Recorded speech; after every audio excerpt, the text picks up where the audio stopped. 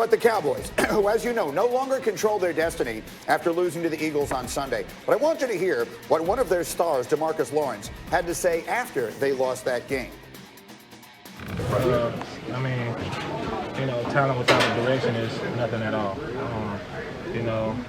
It's all about, us making sure we don't lose sight of our direction and, bringing that talent all together. Talent without a direction is nothing at all. Now, he since has tried to clarify his comments by saying, I don't feel like the direction is lost. I feel like sometimes the focus is lost.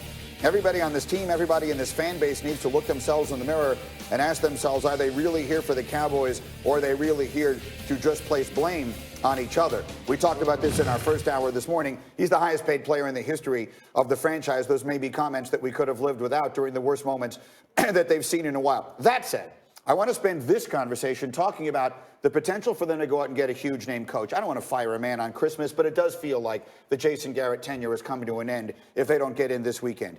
And the big names we're hearing attached to it, excuse me, are Urban Meyer and Lincoln Riley, the two huge college names. Mr. T, I start with you. If you're a general manager, if you're the person making those decisions, contemplating that, what are you looking at when you consider the college guys? First of all, when you look at Lincoln Riley, he needs more experience.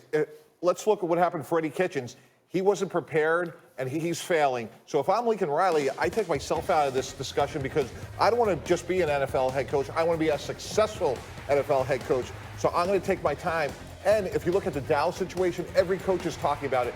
Jerry Jones is the only owner that speaks every Sunday night. So Monday morning, part of your job description is to parse the words of what your boss said nationally. We all want to be held accountable, but there's a time and a place. And if Jerry Jones doesn't change his behavior, this is going to be a less attractive job. That's not saying he won't get a good coach, but he's not going to get the best coach possible. Well, you know both of these college guys well covering the game. What do you think of the notion of a guy like Riley or a guy like Urban going to the pros? Yeah, look, I mean, if you talk to Lincoln Riley, and you hear him say this to the media, but even talking to him in person, he loves the college game. And yeah, you could say maybe he's saying all the right things. I think he legitimately loves it and wants to stick around there. He has a great situation there. And when you talk about, a superior who is giving him advice, who's giving him mentorship, it's Bob Stoops, who's been around that program and stays in the wing. So that's what he's used to when it comes to having all of that. Jerry Jones in that scenario, I'm not sure that he's attracted to that. And Urban Meyer is the wild card in all of this, Greeny, because he might be, and he might want to just see what he would have at that next level. Gather around the fireplace, boys and girls. Yes. Let me give you some Dallas Cowboys game. Yes. Okay.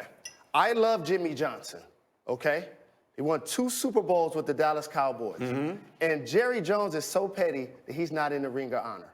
Why? Because people gave Jimmy Johnson a lot of the credit versus Jerry.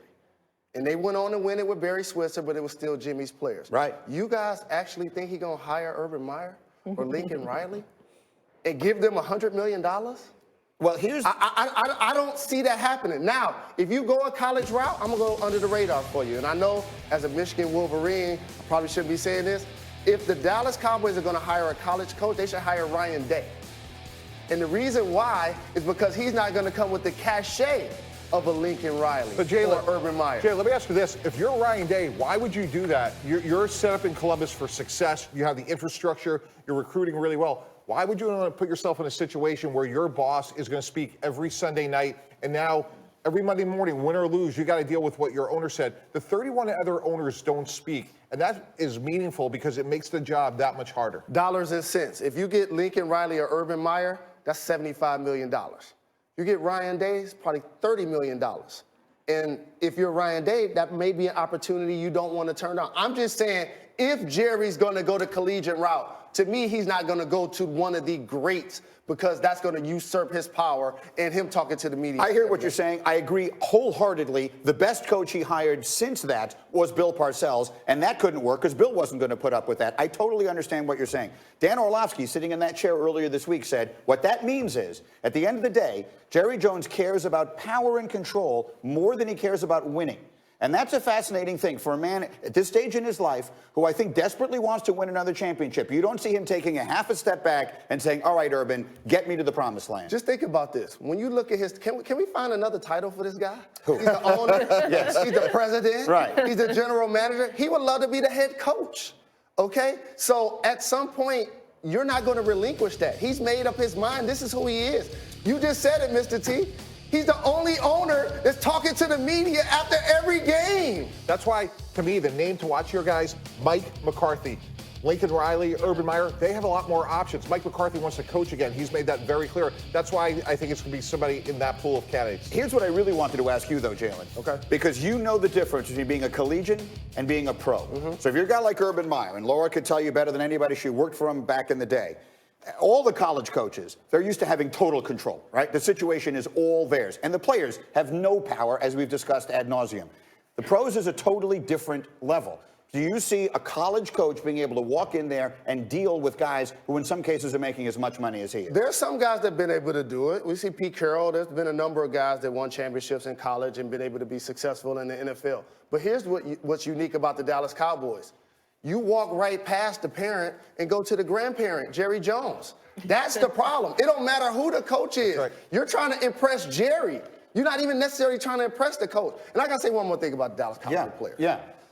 As much as we're going to pile on Jason Garrett, they're not getting it done. Didn't you just say DeMarcus Lawrence is the highest paid player in the history of Dallas Cowboys? That is correct. Okay, that means you got a ball. Jalen Smith, you got a ball. Dak, Zeke, you got a ball. Amari Cooper, you got to play.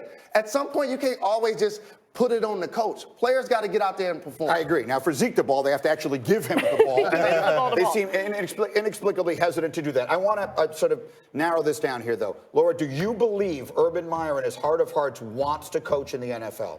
I don't think he wants to coach in the NFL, but I do think in his heart of hearts, he's a competitor and he's curious about it. So I would say that it's not some desire that he's sitting out there like, oh yeah, let me take all these meetings, but he's doing it because he wants to hear about it and he has that competitive fire in him to see if he can succeed at the next level. One thing about all this, if you actually look at the coaches we're talking about here, Lincoln Riley, Urban Meyer, and Ryan Day, even Matt Rule, I would throw him in the mix as well.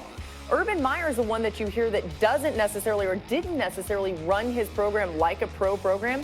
You hear around Oklahoma, you hear around Ohio State now with Ryan Day there and Matt Rule at Baylor. They run their programs like pro programs. Now, a lot of that is because they want to show recruits, hey, this gets you ready for the NFL. But they're already running those systems very similarly to what they do at the next level. Ryan Day also has NFL experience. Yeah, I think Matt Rule makes the most sense. Did a great job at Temple, obviously doing a historically good job at Baylor, has a Tom Coughlin, Bill Parcells background. And again, Jalen, you mentioned guys like Jimmy Johnson, Pete Carroll. The guys that have been successful had a lot of experience. And again, Matt Rule, with his experience, has a better chance of success than someone like Ryan Day or Lincoln Riley. Okay, so we'll sort of put a ribbon on this, and we'll see where we think it all will wind up. The decisions on that probably get made the next 2 weeks. Meanwhile, before we do anything else, Marshawn Lynch was back in Seattle yesterday, and we're going to now show you the entirety of his welcome back press conference. What brought you back this time? Happy holidays. Merry New Year. Y'all have a great day. It's a great feeling to be back. And that was it. Consistent, just like Bill Belichick. You know what you're going to get out of Marshawn Lynch, and I like that. You know why he was there? He was just there, so he wouldn't get fined. Jalen Hurts, Trevor Lawrence versus Justin Fields. Those four quarterbacks have combined to lose one game this season. Together, they've amassed 16,896 yards of total offense and 193 touchdowns. Let's start with Joe Burrow, who won the Heisman with the highest share of first-place votes and largest margin of victory ever. He's on pace for the best completion percentage in FBS history and very well could be the #1 pick in next year's NFL draft. Then there's Jalen Hurts and his 51 touchdowns, the same number Kyler Murray had entering bowl season last year and 2 more than Baker Mayfield's Heisman season total.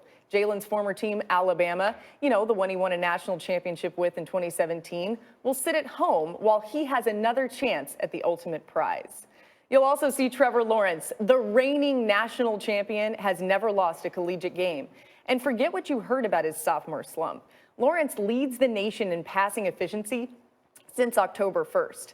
He's the presumptive #1 pick in the 2021 draft, and we'll see what happens there. Now, finally, Justin Fields. He's thrown 40 touchdowns against 1 interception and is on pace to set the FBS record with that ratio.